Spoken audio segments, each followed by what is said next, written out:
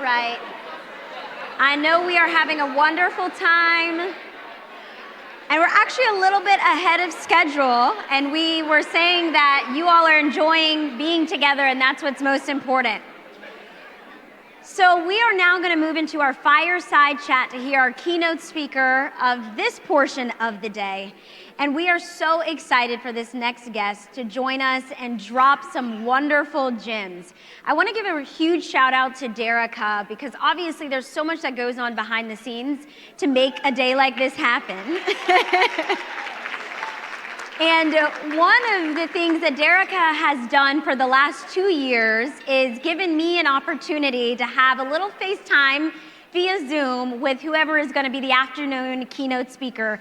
And I walked away from a Zoom sitting at my kitchen island with Kim Alexis Newton so incredibly full. In fact, I was so full as the conversation was happening that I was texting my husband during it saying, I cannot wait to talk to you on the phone and tell you about this woman I met today. But Kim Alexis Newton is an executive turned independent board director, author, entrepreneur, and fine artist. She is accomplished in the corporate world, has been recognized multiple times as a top African American in corporate America.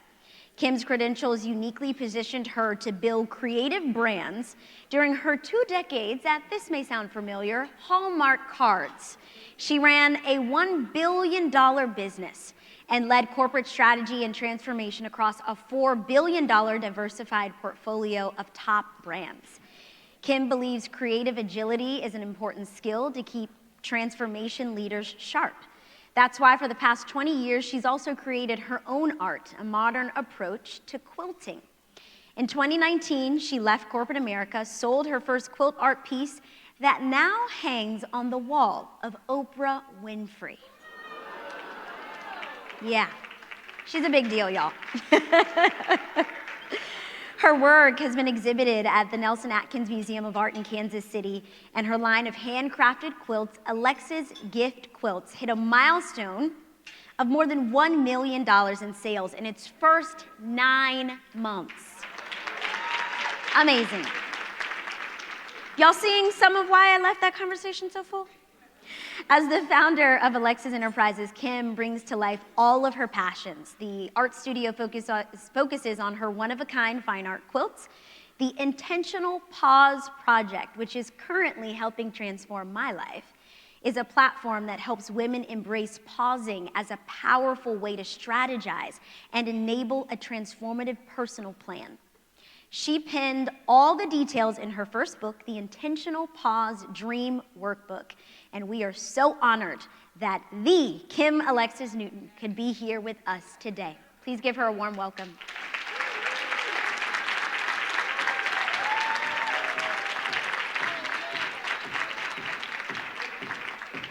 Did it, thank you. Hello, Richmond. How are you? Thank you for that wonderful, wonderful introduction. I appreciate you very much, You are Jasmine. so welcome. Very much. So I have to just say this. I grew up in Richmond, California. And if you ever saw Coach Carter, they'd say, Rich what? Richmond. Right. So anyway, I just thought about that. So anyway. I love it. I'm so happy to be here with you. Thank you so much for having me. Thank you so much for having me, so I appreciate it. We're glad that you could be here and just to share some of your life story. So we're gonna jump right in here. We said in the bio, in 2019, you left corporate America. You changed your life greatly. Mm-hmm. So let's start by talking with that pivot, especially going from the corporate world to full-blown entrepreneurship. What was that journey? Yeah, so I want to start by honoring what I think my intention here is today.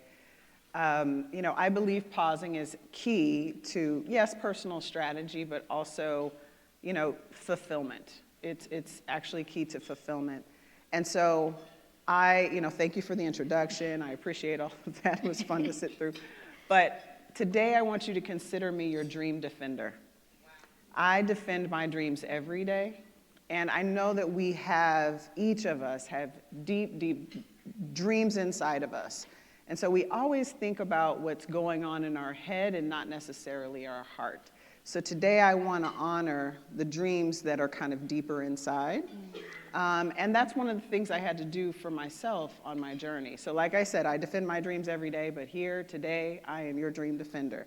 And that's the intention behind all the stories I tell today. So it's really interesting. I went to Fisk University. I know there's some Fiskites in here. So I grew up in California, like I mentioned, Richmond. And I went to Nashville. I went to grad school, undergrad and grad there.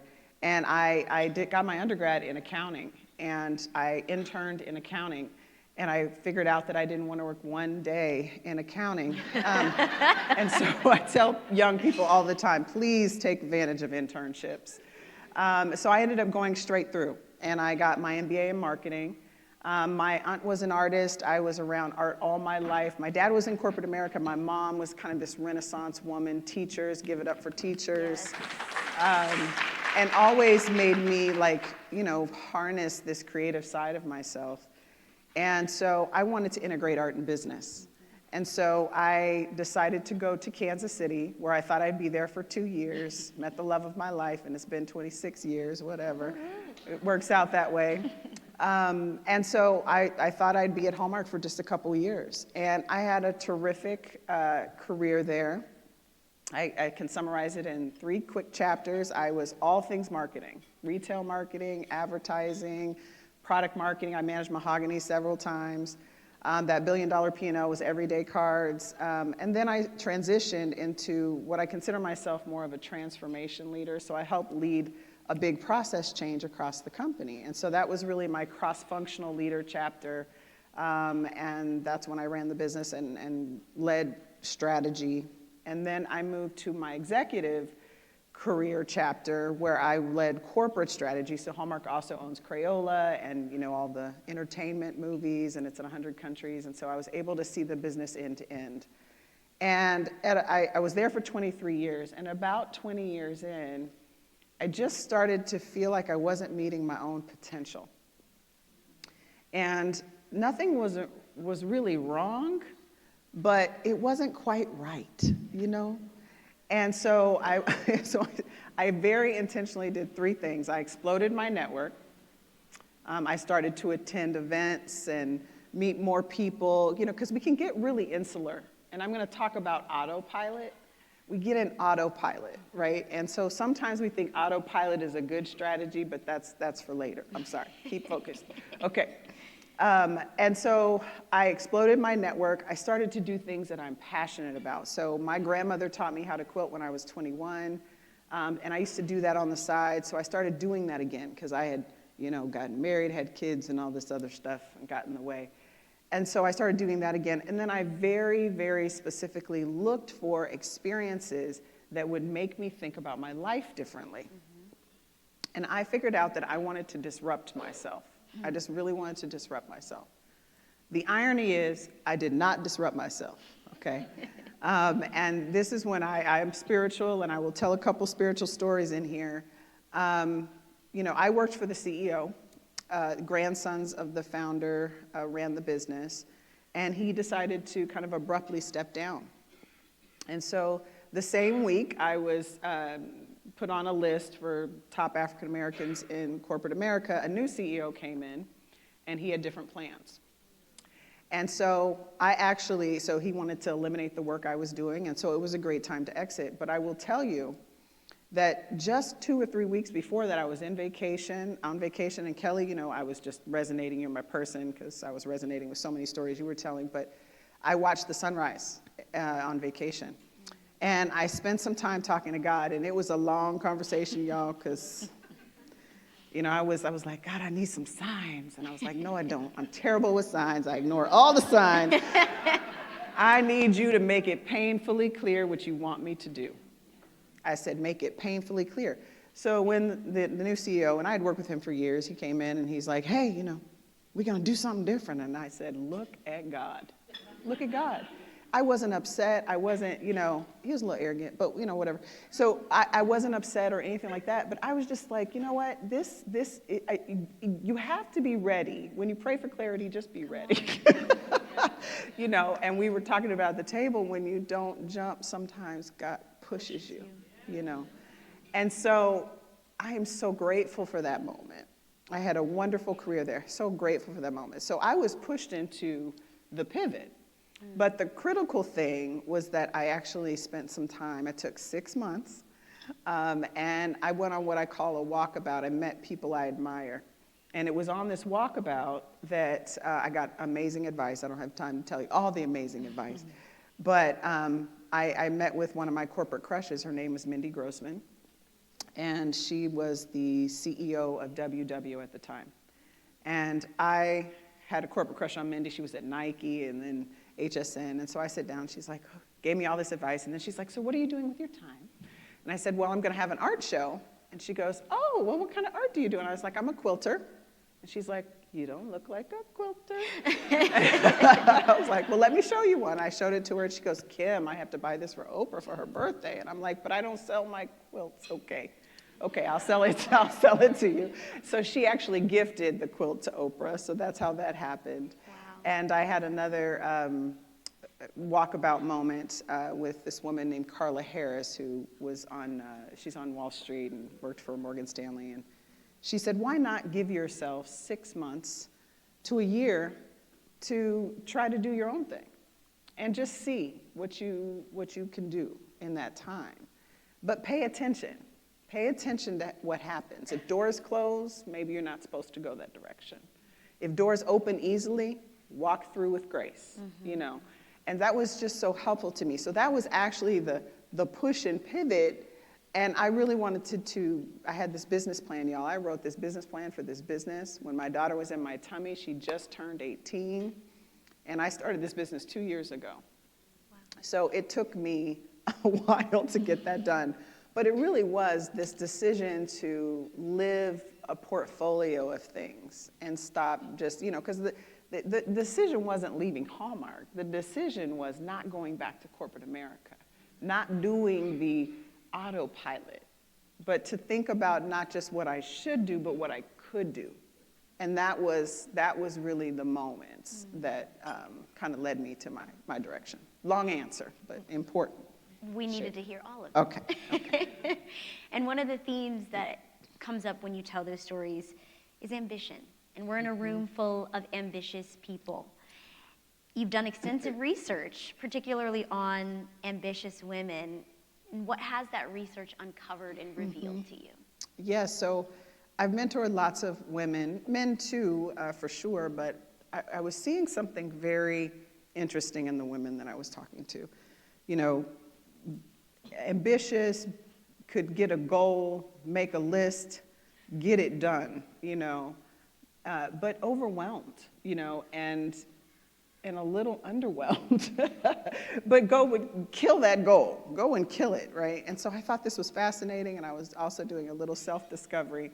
And so I did this research study with 400 self-proclaimed ambitious women. They weren't all from corporate America. They were across the board, entrepreneurs, nurses, yoga teachers, all kinds of things. But 91% said they were unapologetically ambitious. If you remove the unapologetic, it was like 98%. Overwhelmed personally, 81%. Professionally, 73%. But the thing that was really interesting was only 36% of them were following their dreams. And so I was like, that means that about, 6 of 10 of y'all are not following your dreams. But ambitious, making to-do lists.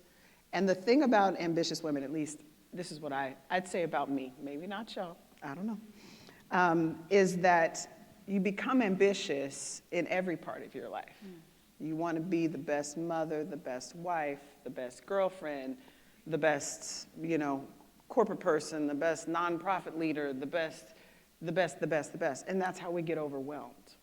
The research also showed that the pressure really wasn't external. It was internal. It was this talk track that we had in our head. And I just found that really fascinating. So I identified that women, and I've had a lot of men write me. That's a whole nother conversation about why are you just talking to women? But the need 3 things: permission to pause, because you feel like you're failing if you pause. And this is the thing I just find fascinating. And by the way, when we get overwhelmed, at least I am, I don't know about y'all, I am real good at the quick fix, the spa day, the girlfriend weekend. I'm actually pretty good at that, so at least get there, because there's good stuff in there. At least get there. But I'm not talking about that kind of pause. I'm talking about the pause to get out of your head and into your heart. And so permission to pause. The second was strategies to fight fear. Fear by far was the number one reason why they weren't following their dreams, but again, smashing goals. And I just want to say this, by the way. I definitely feel you have to have goals to follow a dream, but you can be following goals and not following your dream. So that's how I at least, create a distinction. And the last one was tools to help me figure out what I really want to do, okay? And there is really no way to figure out what you really want to do. We tend to want to be still and have a whole strategy and go down one path. I don't know who went to the AI session. I know there was an AI session because I was talking, or maybe it's this afternoon. But in this world, we're not going to be able to sit and create one plan. The world changes too fast. And it's, so transitions we need to be all good at, we all need to be good at transitions. Because you don't just have one path, and the experience that you have creates another path. So I decided to write a workbook because I think the research came back and said, I kind of need some tools. I need how. And I was like, how am I going to help people with fear? That one was a little hard. But yes, so. And that was goes the research. Right into what I'm going to ask next. Let's talk about this beautiful book. It's not just beautiful in terms of the aesthetic, but it's beautifully written, really causes you to go deeply internal, which we don't always do when we're just so focused on the goal and the next goal and the next goal. The Intentional Pause, the title of the book, and something that you did. Whether you were pushed into it or not, you did it. Yes. And I started the research before I actually moved into the pause. And so I joke that I wrote the book I needed. So, yeah. You wrote the book you needed, and we all need. So let's talk about it. Okay. So, of course, I ran corporate strategy, but I also had operational planning, which is the 12 to 18-month plan. And so there used to be a VP of strategy who would talk 3 to 5 years out. And then there was this VP of the urgent that did the 12 to 18-month plan. And when they gave me the job, they said, we're actually going to get rid of both of those roles, and we're going to give you both. So I used to walk around with a split screen because what was happening is the strategy person would come in and ask these big long-term questions, and then everybody would look at them and say, but Walmart's on fire, And then the operational person would come in and say, Walmart's on fire. And they say, but what about the long-term plan? So I got really good at that. So I thought, why don't I help people figure out what are the steps I need to do to kind of get to that long-term plan? And so I always talk about an intentional pause is not necessarily time to rest. It's time to strategize. And so, Zach, I think I have a slide. I came up with a process. And people ask me all the time, how long is it going to take me to this workbook? And I'm like, well, you could spend 2 hours on I'm going to tell you about little 5 phases, but you could spend 2 hours on each of the phases, but how long is it going to take you to disconnect from your head to your heart? That could take a while. Yeah. So I don't know. So creating a space for solitude is huge. And the next phase is, so I actually asked you to do audits. There are lots of life audits out there. But this one, I think we're going to talk about the forest. But I studied why people give up. And so I actually audit a lot of emotional things as well, or help you audit emotional things. And then there's actually activities to help you dream. Then something called Activate, which is setting your dream goals and figuring out a plan, which everybody in this room probably knows how to do really, really, really well. And then taking some time to figure out, well, what's going to be my emotional plan? Because that's what I figured out, you guys. This transition thing is an emotional journey. And we try to use our head in this emotional journey. And so I was like, so I would say that is probably the biggest differentiator in how I think about intentionally pausing, which is, are you taking enough time to not only think about what you could do, but are you taking the time to prepare yourself emotionally for this journey? And then I put activate and fortify together because you have to have that plan and that emotional plan to put it together. But this is, I'm going to come back to that, but this is what a transition looks like. And this is what is, so I, you know, as I was transitioning, and I actually supported my husband through a transition, I was like, these are all emotions.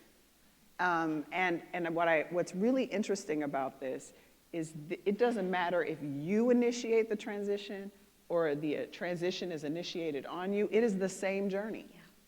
You just spend different amounts of time in each one. So that's where I kind of said, you know, hey, I'm not just going to pause and help people like set goals, but really take time to think about, you know, how is this affecting me emotionally? You know, in corporate they say that, thank you, Zach. In corporate they say that, you know, you can have a strategy, but you can't change your business without a culture change. And so I thought, well, why would that be different for yourself personally? You know, and we don't always take the time to create the cultural change internally that we need, and so we tend to give up. And fear can play a big role in us not following our dreams. But you mentioned it, and you created what's called the forest. And I'm not going to give away the acronym, but this is to help people navigate and overcome fears and walk through them, really.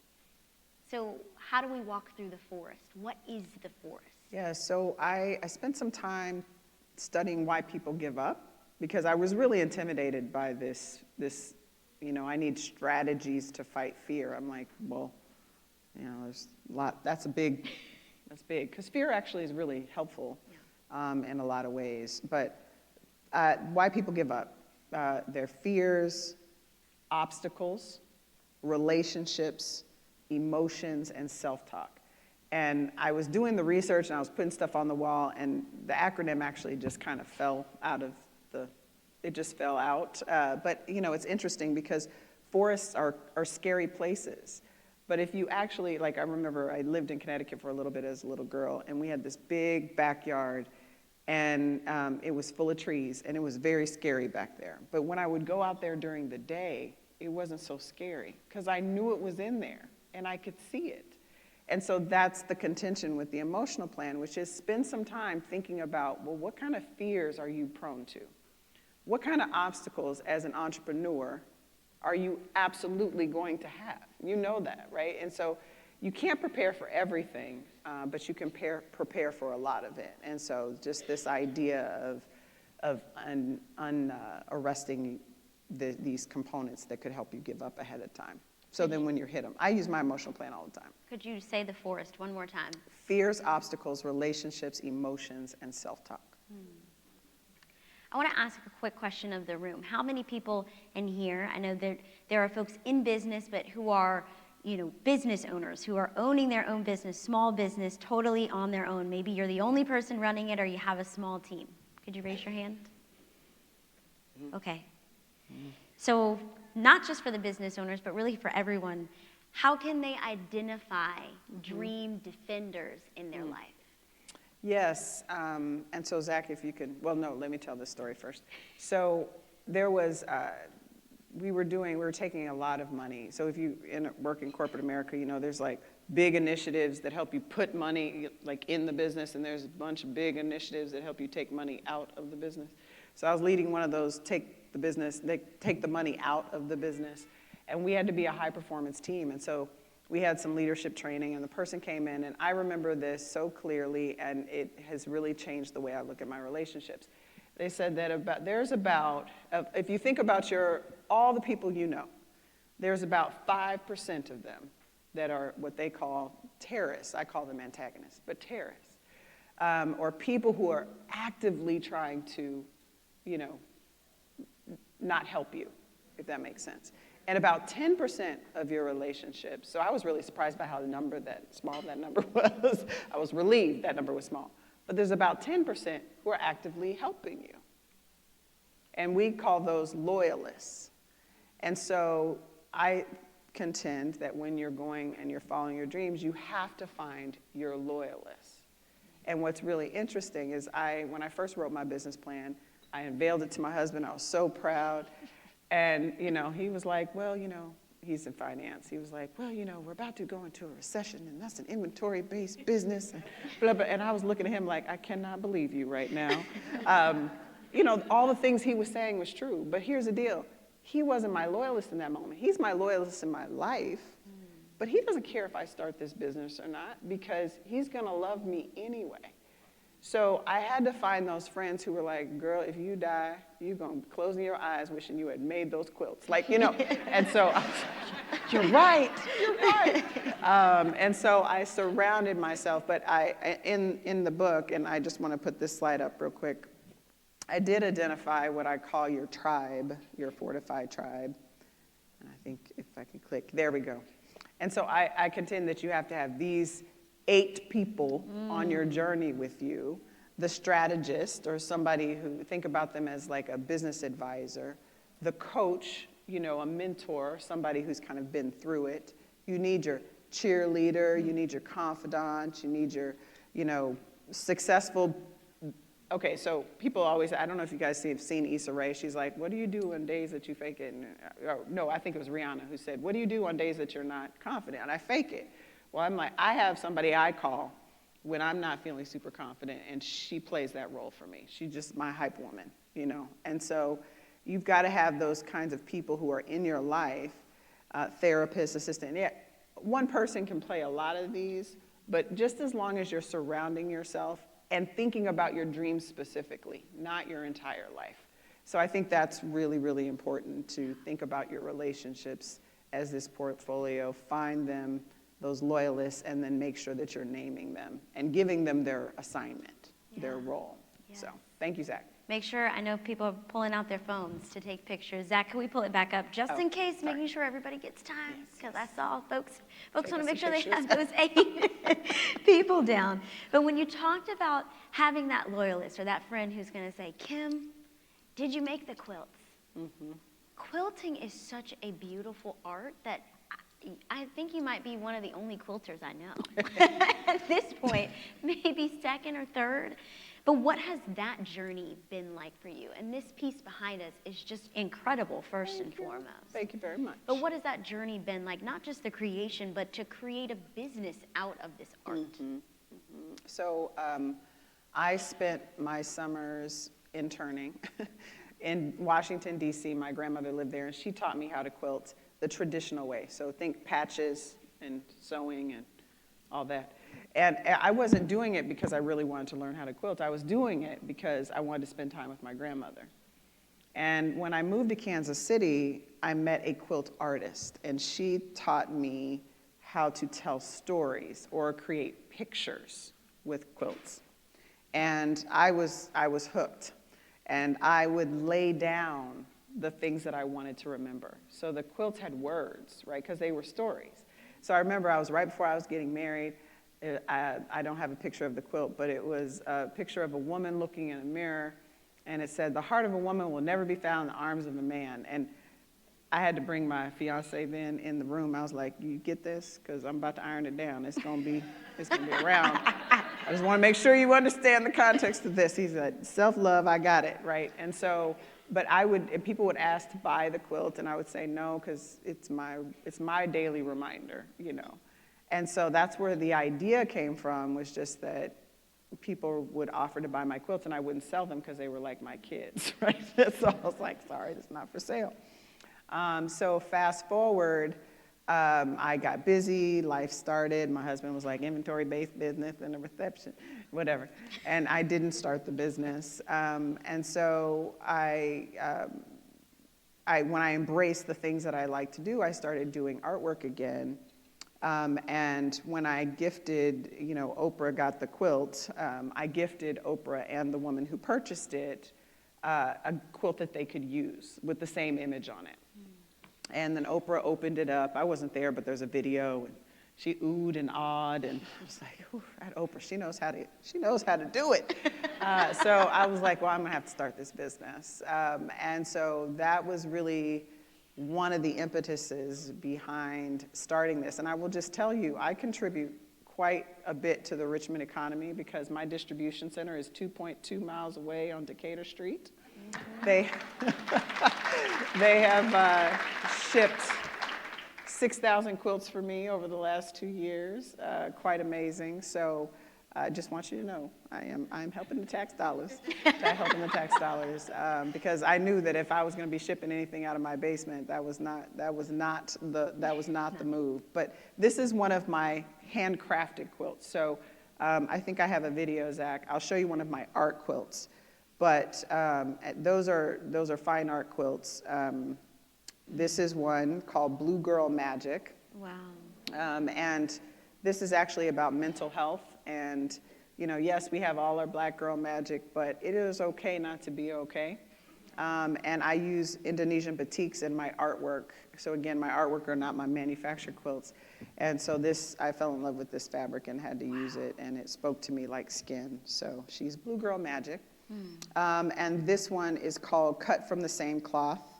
It's about two sisters who, you know, have had the same experience. And so, yeah, it's amazing. So I did this video real quick. And so this is a little bit of the process. When I was talking to Zach in the back, he was like, how long does it take you? I'm like, ooh, Zach, planning it, like anything else, is like planning is half the battle. So I can spend 20 hours before I even touch a piece of fabric because I want to know the story behind it, and I look at images, and I usually use rights-free photographs or photographs that I've taken as inspiration. But that's all fabric, and I don't know if you guys have ever heard of Bisa Butler, but she's also making quilting really famous, portrait quilting, very famous right now. She's amazing. Wow. So this is one, and then I actually, there's a video that actually shows it quilted. So then the quilting is actually taking the top layer, there's a middle layer of batting, and then the back layer, and sewing it all together. So there's the fabric, but there's also the quilting that adds dimension and is also a part of the process. So those are my art quilts, one-of-a-kind art quilts. Yeah, so. Incredible. Wow. What's been the greatest lesson of entrepreneurship and putting your art out to the world in this way? So since Oprah got the first quilt, I've sold probably about 12, 14 pieces.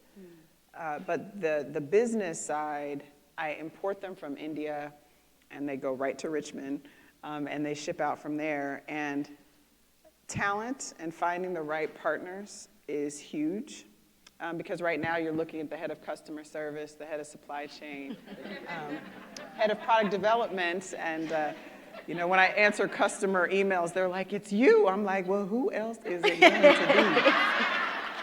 be? Yes, I need an assistant badly.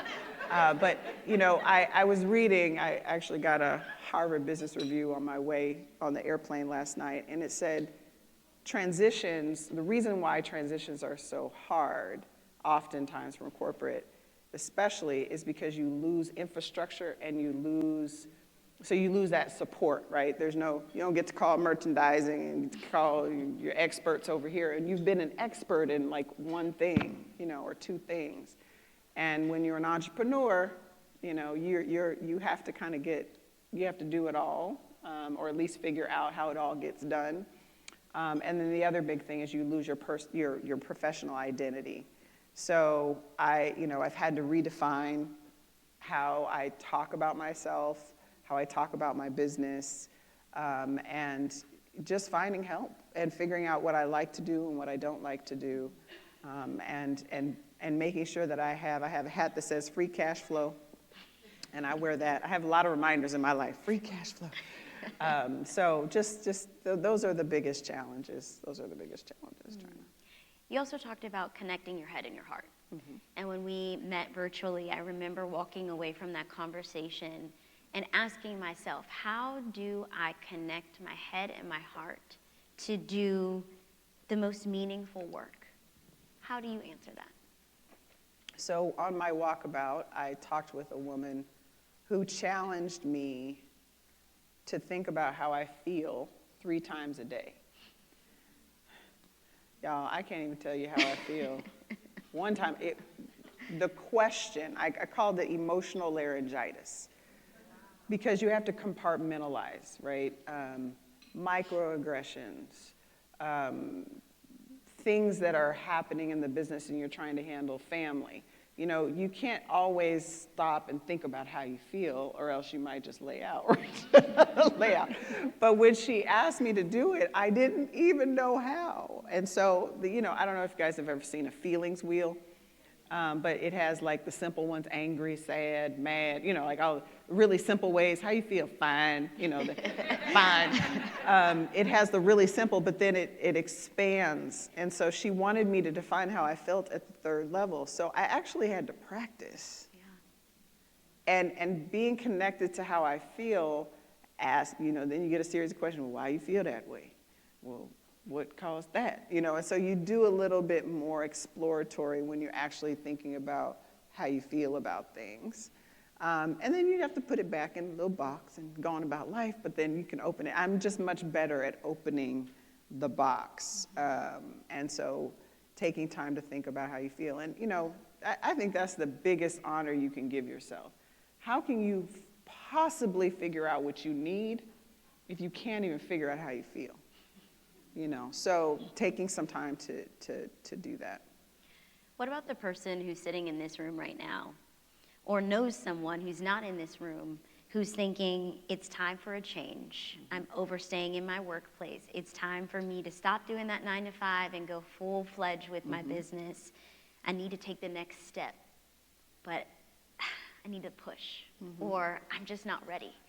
So I'll broaden the question a bit, just because you could be already running your business and figuring out that you need to hire that assistant Kelly was talking about, or, you know, getting a new leader in your organization, any kind of change.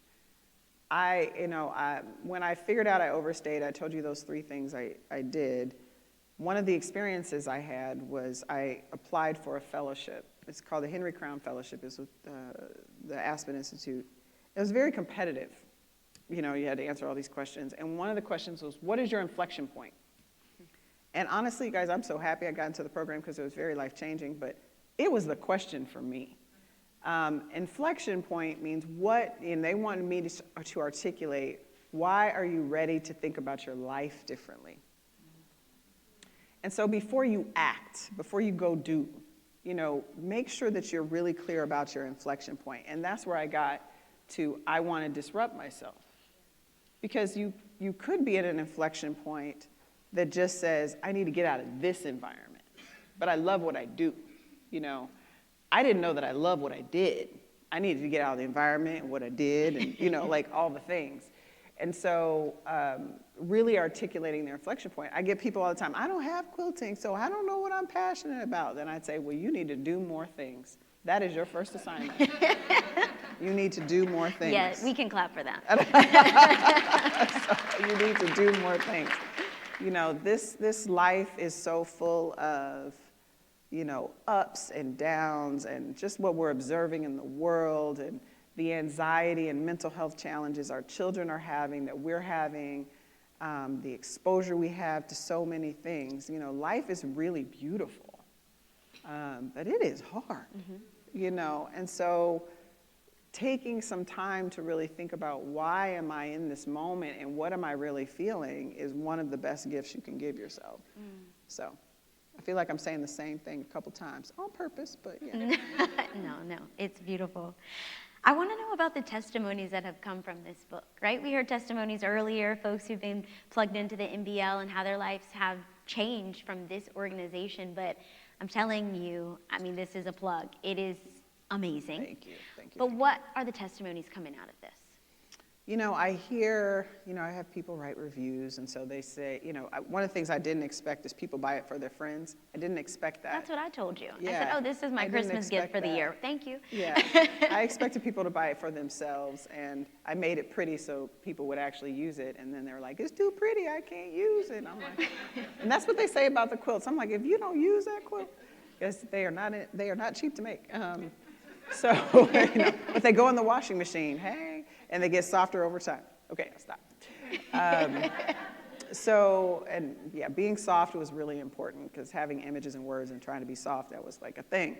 The question you asked me, okay.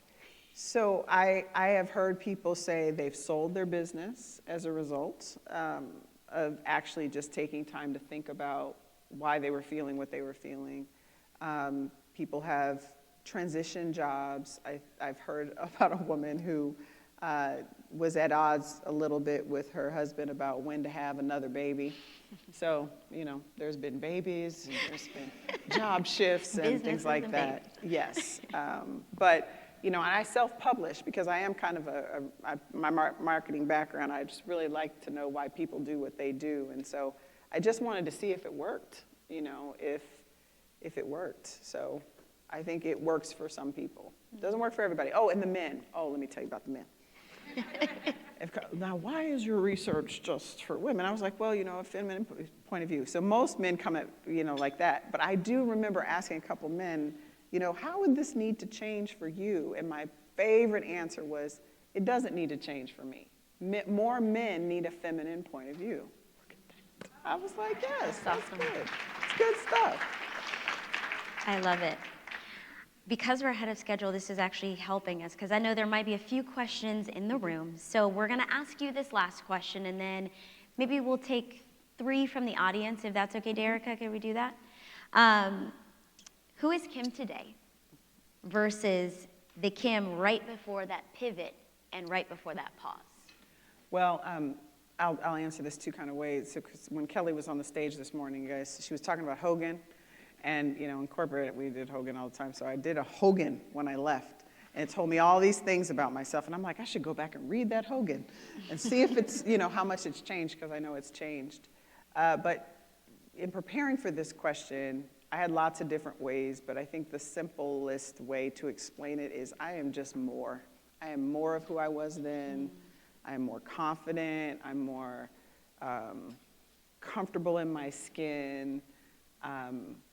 I am more busy, I am more all the things. I haven't really changed. I'm just more of maybe who I am, if that makes sense. Yeah, I feel more comfortable in my skin, so. That's a beautiful mic drop right there. Yeah, good stuff. Well, we want to open it up now. If there are any questions in the room, we'll take just a few. Anyone? I saw some hands. And I did have another slide or 2 I forgot to share. Oh, yeah. I was going to say, if you want to shout it, and I can also say, oh, perfect. I'm going to skip it, Zach. It's okay. Good afternoon. My name is Carol, and I'm usually not the one asking questions. Love your disclaimer.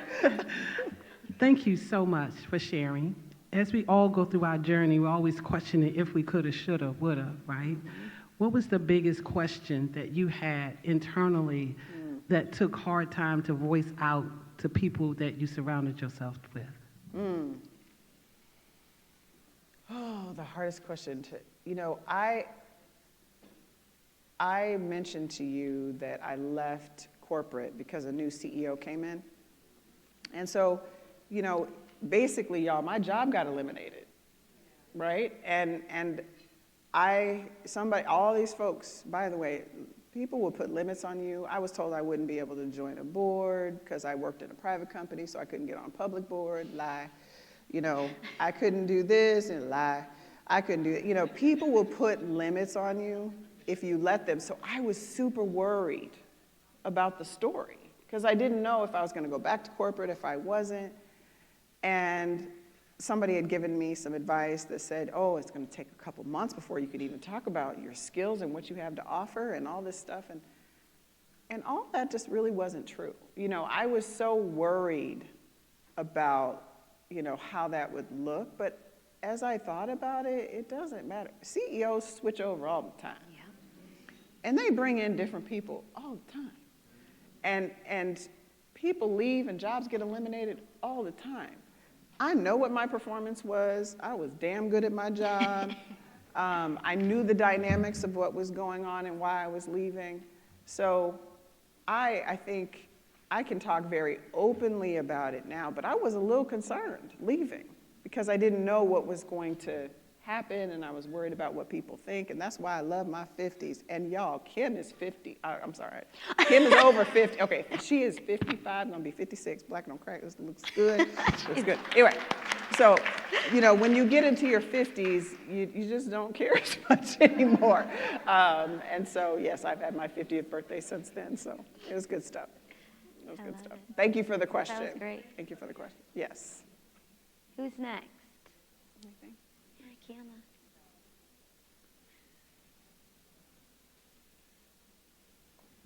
Hello. Hi. So my name is Kiana Knight, and I'm actually a courage coach. And She's awesome. one of the Nice. things that has been the hardest for me is sharing the power of my work through marketing.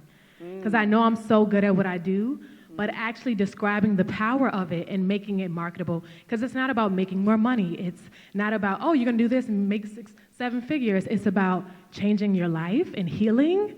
And sometimes we're like, I don't have time for that. And so now that you've made this shift, how have you been able to integrate what you've learned from your marketing background to share this information about intentional pauses? And so much of what you're sharing, I'm like, yes, this is what I talk about. And like, how do you make that marketable to folks who may feel like they don't have time for it? Yes. Beautiful Great question. Well, let me just say this. Having a marketing background, and I was next to Nicole, who's got that background as well, I know how things should work, and then there's how things do work. So I get a lot of compliments on my marketing, but y'all, it is not where it needs to be, but I'm working on it. I do think this is when your personal brand matters. And I continue to want to talk about the quilts, and then people ask about me, and I'm like, but yeah, can we talk about the quilts? Because I don't want to talk about me, I want to talk about the quilts. But we are what we do, and stories are what connect. And so being able to, and that's why my quilts sometimes, my art quilts, take me 80 hours, because I actually need to know the story so I can make it come to life. If I'm just trying to do an image, it doesn't come out nearly as well. And I would say that same for my marketing, or marketing in general, which is, what is the story behind what you're doing? And if you aren't good at telling the story, find somebody who is, and have them help you with that. And there are ways to do that where you write checks and you get the help, and there are ways to do that where you don't write checks, because when you're starting out, you don't have a lot of checks to write.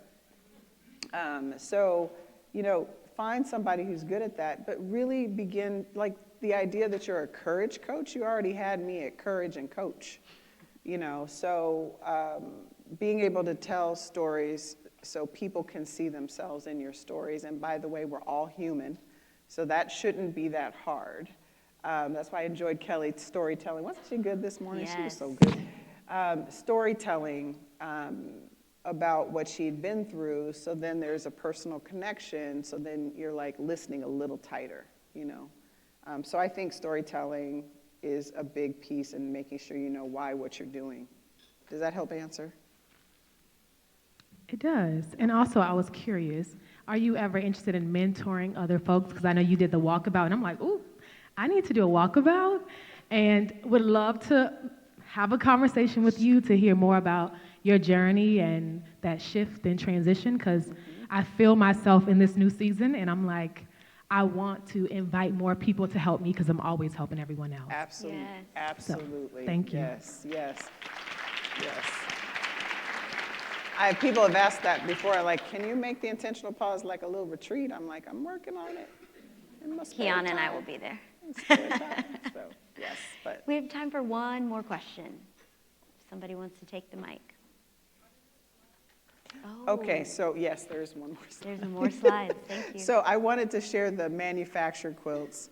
And so I have several designs. I do quilts of faith, quilts to encourage, quilts to heal, and quilts to celebrate. And so, again, images and words, and they're all double-sided. I do special editions, so I've done them for Delta Sigma Theta and Alpha Phi Alpha, some fraternities. I just did one for Spelman College. And so I'm 2 years old. I have to remember I'm at terrible twos, and I bet you all have research about how I'm doing in tier two. Okay, all right. And so, and because they are digitally printed on super soft voile cotton, I can make them in different skin tones, but the detail is the embroidery. And that's what really makes them very unique. And they come gift packaged. So the tension, so usually when you have a business, you need to have a tension you're solving for. The tension is there aren't a lot of people that are quilting. If you were to find, there are a lot of quilters though. There are a lot of quilters out there that you can even hire to make you a quilt, but that's gonna cost you $900 to $1,000 to find someone to make quilts for you. Unless it's a t-shirt quilt, you can do that relatively inexpensive. And then to have this level of detail. So I had to find a partner that could do this with me and get this done. And so India, has been a fantastic partnership for me. So this one actually has 1 Corinthians on the opposite side, love is patient and kind, good for sympathy, good for wedding. And then this one says you're not a drop in the ocean, you're the entire ocean and a drop. And a Rumi quote, and I just love the braids, y'all. Look at the braids. So I just completely nerd out on my embroidery. So it's the thing that makes it special. So I put the QR code for the intentional pause, which ships right from Richmond. And there's a digital version as well, and then the quilts as well. So thank you guys. Beautiful, beautiful, beautiful. Well, we have a surprise for the folks out here. We are going to pick a number, and whoever you are, you get to be blessed with this quilt. Somebody said, I want to be blessed. What did you say? Somebody said, I want to be blessed. This is the packaging. Yeah.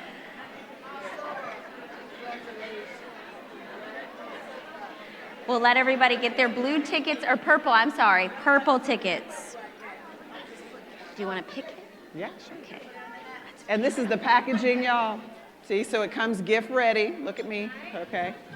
And on the inside, it says, lay here a while to stay grateful, collect wisdom, gather courage, take time to choose, and remember who you are. And there's a little keeper, all the things. Okay. Oh. And the person has to be present to win, so we'll just keep drawing until we get our winner. But hopefully you're here.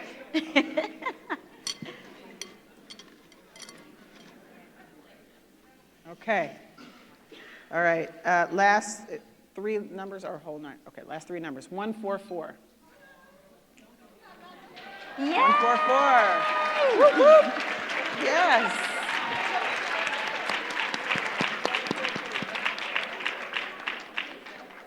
Look at God. Look at God. I love how quickly you jumped up. You were ready. Come on here, get a picture. So nice to meet you. You did. That's awesome. So nice to meet you. So we'll just talk afterward, and I'll make sure we get it to you. Yes, okay. ma'am. All right. Wonderful. Yay. What's your name? Rachel Stewart. Rachel. All right. Congratulations, Yay, Rachel. Oh,